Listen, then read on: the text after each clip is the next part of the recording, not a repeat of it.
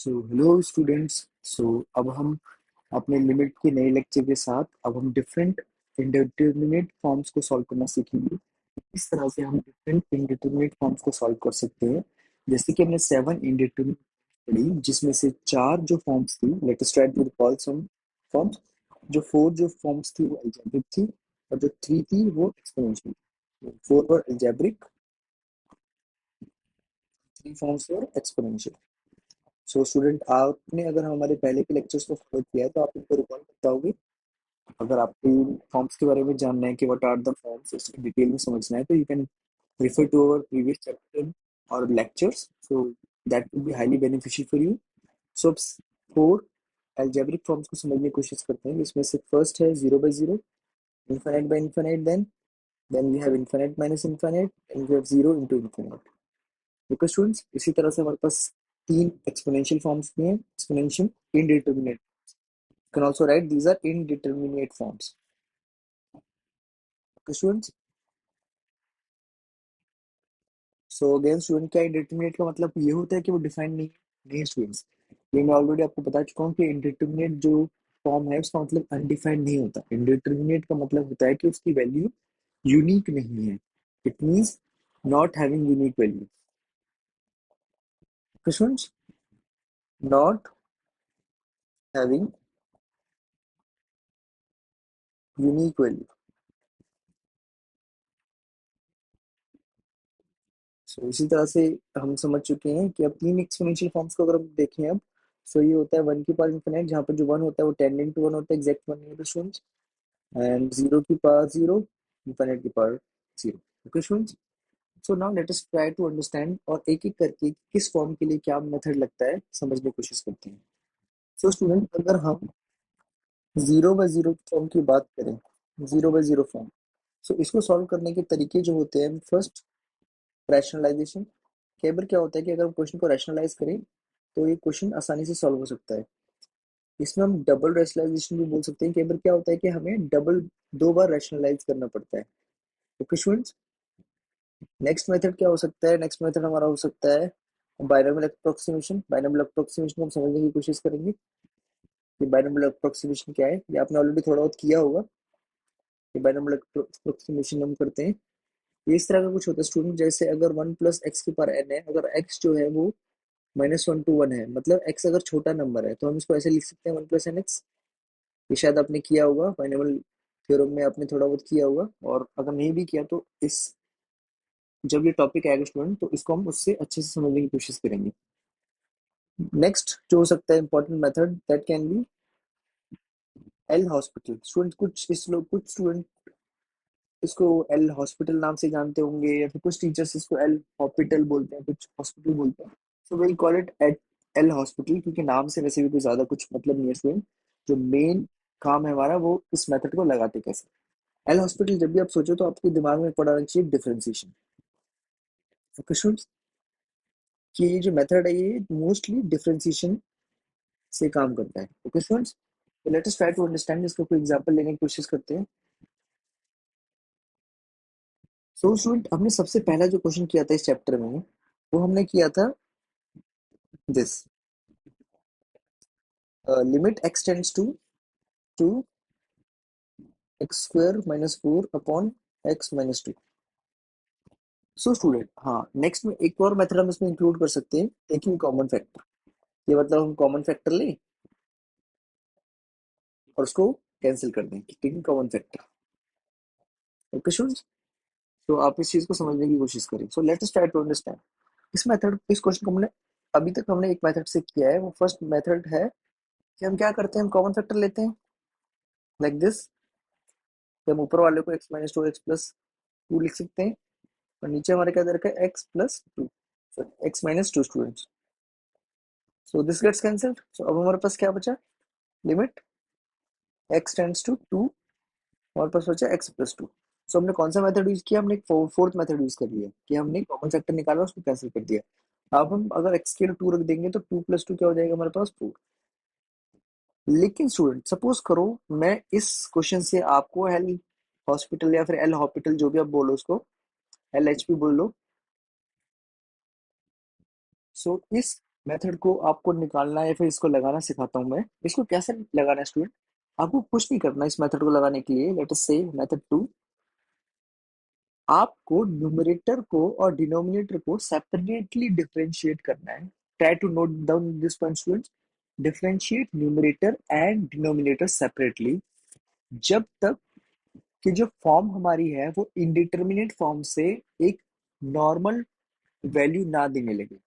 I repeat कि हमें तब तक न्यूमरेटर और डिनोमिनेटर को सेपरेटली डिफरेंशिएट करना है जब तक कि हमारी जो इंडिटरमिनेट फॉर्म थी, वो कुछ भी हो सकती है, 0/0, इनफाइनाइट बाय इनफाइनाइट में भी लगता है ये फॉर्मूला। जो इंडिटरमिनेट फॉर्म है हमारी, वो एक परफेक्ट और एक नॉर्मल फॉर्म या फिर एक ऐसी फॉर्म ना बन जाए जो हमें एक कांस्टेंट आंसर देने लगे। So let's try to understand students, इसको हम क्या बोलना चाह रहे हैं।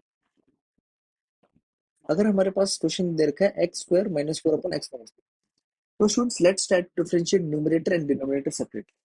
यहाँ पर स्टूडेंट मैं आपको इस क्वेश्चन में डिटेल में थोड़ा करके दिखा देता हूँ अलग से, बट अदरवाइज आपको अलग से करनी पड़ती है इस तरह से। एक्स स्क्वायर माइनस फोर, अगर मैं न्यूमरेटर को डिफरेंशिएट करूंगा तो मेरे पास होगा 2x माइनस जीरो, और you can say 2x only. अगर मैं डिनोमिनेटर मेरे पास क्या दे रखा है, x माइनस टू, इसको अगर मैं डिफरेंशिएट करूंगा स्टूडेंट्स डिनोमिनेटर का डैश, तो मेरे पास क्या आएगा 1। Let's try to understand student this point. अब हमने क्या किया, अब हमने उसको अपनी वैल्यूज पे पुट कर दिया। न्यूमरेटर को हमने डिफरेंशिएट किया तो हमारे पास 2x है, डिनोमिनेटर को डिफरेंशिएट किया तो 1 आ गया। अब स्टूडेंट्स हमें हर पॉइंट पर लिमिट चेक करते हुए चलना है। अगर हम अब इस जो हमारे पास फॉर्म आए इसमें अगर हम x के लिए 2 रखेंगे तो क्या इस कोई फॉर्म बन रही है जो 7 डिटर्मिनेट फॉर्म पड़ी हमने? नहीं स्टूडेंट्स, इनफैक्ट अगर हम 2 रखेंगे तो हमारे पास डायरेक्ट वैल्यू आ रही है 2 into 2 upon 1। सो क्या इसका आंसर 4 आ रहा है स्टूडेंट्स? क्या पहले भी इसका आंसर 4 आ रहा था? Yes student. इस तरह से एल हॉस्पिटल और एल हॉस्पिटल जो भी आप इसको बोलना चाहो, इस तरह से ये मेथड लगता है। ओके स्टूडेंट्स, सो इसी मेथड पे हम एक और क्वेश्चन करने की कोशिश करते हैं जिसमें हम दोनों चीजों को लगाने की कोशिश करेंगे। हम कॉमन फैक्टर से भी यूज करेंगे और हम इस एल हॉस्पिटल रूल से। इनफैक्ट हम इस क्वेश्चन में मैनिपुलेशन भी सीखेंगे कि मैनिपुलेशन कैसे कर सकते हैं क्वेश्चन में। Let us try to take one more question. Questions, let us take a question. Question is this students कि अगर हमें दे रखा है, लेट अस टेक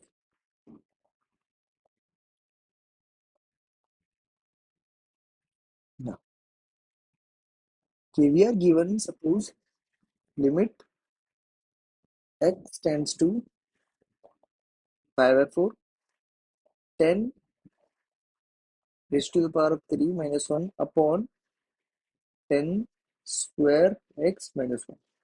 ये हमें क्वेश्चन दे रखा है स्टूडेंट, लेट अस से। तो इसको हम दो तीन तरीकों से सोल्व करने की कोशिश करते हैं। पहला मेथड वही बेसिक मेथड के हम कॉमन लेंगे कुछ और will try to solve it. So student x equal to pi by four पे 10 की वैल्यू 1 आएगी, तो 1 माइनस 1 क्या, सबसे पहले मेथड के स्टेप क्या होता है स्टूडेंट? फॉर्म चेक करना। फॉर्म चेक करोगे आप, फॉर्म चेक, फॉर्म चेक करोगे तो x equals to pi by four पर ऊपर वैल्यू 1 आ रही है, सो 1 का क्यूब 1 होता है, नीचे भी वैल्यू 1 आ रही है, सो 1 का स्क्वायर माइनस 1। सो स्टूडेंट हमारे पास 0/0 फॉर्म आ रही है। तो इससे हमें पता चला या तो हम सब कुछ कॉमन लेके काटेंगे, या फिर एल हॉपिटल रूल लगाएंगे, या फिर कुछ और मैनिपुलेशन से कुछ करेंगे। तो स्टूडेंट्स, सो इसी तरह से आप एक स्टेप और लिख सकते हो यहाँ पर, कि जो फिफ्थ मेथड होता है वो जो कि हर फॉर्म में वैलिड है, दैट इज कॉल्ड मैनिपुलेशन। केवल क्या होता है स्टूडेंट, हमें कुछ ना वेरिएबल्स पुट करके या फिर कुछ मैनिपुलेशन कुछ एडजस्टमेंट्स करके भी हम आंसर निकाल सकते हैं। इसको हम सीखेंगे, ये थोड़ा एक्सपीरियंस के साथ आपको ज्यादा समझ में आएगा। So now getting back to our question, एक चीज सोचो, ये हमें क्या दे रखा है, A cube minus B cube. A cube minus B का फॉर्मूला क्या होता है student? A minus B, A square plus A B plus B square, correct students? इसी तरह से अगर मैं 10 क्यूब माइनस, इसको मैं 1 क्यूब लिख सकता हूँ इस तरह से। तो इसको तुम लिखने की कोशिश करें, क्या मैं, can I right it 10x minus 1 10 square plus 1 का square plus 10x, correct students? Now क्या मैं नीचे वाली चीज को ऐसे लिख सकता हूँ 10x-1 10x+1, करेक्ट स्टूडेंट्स? यहाँ से 10x-1 वाला फैक्टर कैंसिल हो गया, तो मेरे पास क्या बचा students? Now I am left with 10 square x plus one plus 10x, और डिनोमिनेटर में मेरे पास बचा है 10x प्लस वन। अब स्टूडेंट एक काम करो, अब आप पाई बाय फोर रख के देखो क्या अब भी कोई फॉर्म बन रही है। अगर मैं ऊपर पाई बाय फोर रखूंगा 10 की जगह पाई बाय फोर, क्योंकि हमें पता है कि 10 पाई बाय फोर कितना होता है स्टूडेंट, वन। तो जहां पर भी 10 है वहां पर पहले वन रख दो। सो ऊपर 10, वन का square plus one plus one, नीचे भी वन प्लस वन। तो आंसर क्या आ गया हमारे पास, थ्री ऊपर नीचे two. So answer is 3/2। Okay student, तो इस तरह से ये मेथड बनता है जिस तरह से हम इस क्वेश्चन को कर सकते हैं। सेकंड मेथड क्या हो सकता है स्टूडेंट, कई बार क्या होता है स्टूडेंट कि आपने सपोज करो कि आपको जो 10 वाली फॉर्म है वो कॉम्प्लिकेटेड लग रही है। ये जो मेथड है थोड़ा लाइक आपको जैसे जैसे क्वेश्चन करोगे तो ज्यादा समझ में आएगा, क्योंकि थोड़ा मेथड स्टार्टिंग में बच्चों को समझ में आता नहीं है। But still I will try my best कि आपको ये समझ में आ पाए। होता है क्या स्टूडेंट कि आप मान लीजिए कि इस मेथड को हम बोलते हैं variable change, variable change method. तो स्टूडेंट्स, तो इस मेथड में होता क्या है, इस मेथड में क्या होता है कि हम वेरिएबल चेंज करने की कोशिश करते हैं। अब एक चीज सोचो student, let us try to understand. आप मान लो कि y इक्वल टू 10x है, करेक्ट। आपने मान लिया कि y इक्वल टू 10x। जब x पाई बाय फोर को टेंड कर रहा है, तो आप क्या करो, x की वैल्यू यहाँ पर रख के देखो। तो अगर आप x की जगह पाई बाय फोर रखोगे तो 10 पाई बाय फोर की वैल्यू क्या होती है, वन। तो जब x पाई बाय फोर को टेंड कर रहा है, तो y किसको टेंड कर रहा है, वन को। ओके स्टूडेंट, तो अब मैं एक चीज लिख सकता हूँ कि x किसको टेंड कर रहा था, पाई बाय फोर को, तो y किसको टेंड कर रहा है, वन को। तो क्या मैं इस क्वेश्चन को ऐसे लिख सकता हूँ, ये वन को टेंड कर रहा है और हमने 10 की जगह हमने y रख दिया। So y cube minus one upon Y square minus.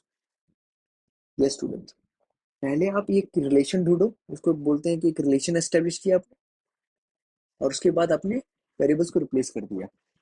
आप ऐसे सोचो कि पहले क्या टेंड कर रहा था, इनिशियली इनिशियली क्या टेंड कर रहा था, x। आपने अज्यूम क्या किया था, 10x को y, और फाइनली क्या टेंड कर रहा है, दिस। सो आप इनिशियल को फाइनल में चेंज कर दो। Okay students, so you'll have to change initial into final. So after changing initial into final, you will get this equation. Correct. अब आप इस इक्वेशन को दो तरीकों से सॉल्व कर सकते हैं। मेथड वन इसमें क्या ले सकते हैं, इस क्वेश्चन में बहुत ज्यादा पीएचडी करने की कोशिश कर रहे हैं स्टूडेंट, क्योंकि आपको मैं सब सारे तरीके समझाने की कोशिश कर रहा हूँ कि आप किस तरह से डिफरेंट डिफरेंट क्वेश्चन को अप्रोच कर सकते हैं, या फिर एक क्वेश्चन को कैसे आप डिफरेंटली अप्रोच कर सकते हैं। सो नाउ अब मैं क्या कर सकता हूँ, इस क्वेश्चन को अगर आप इसका मेथड वन सोचें कोई, कि आपका जो y है वो टेंड कर रहा है वन को, क्या मैं इस y cube minus one cube सोच सकता हूँ, सेम फॉर्मूला लगा सकता हूँ ए क्यूब माइनस बी क्यूब का, करेक्ट। नीचे मैं y माइनस में लिख सकता हूँ और y प्लस में लिख सकता हूँ। सो अगर मैं अब y के लिए वन रखूँ तो कोई दिक्कत हो रही है, one plus one plus one upon one plus one.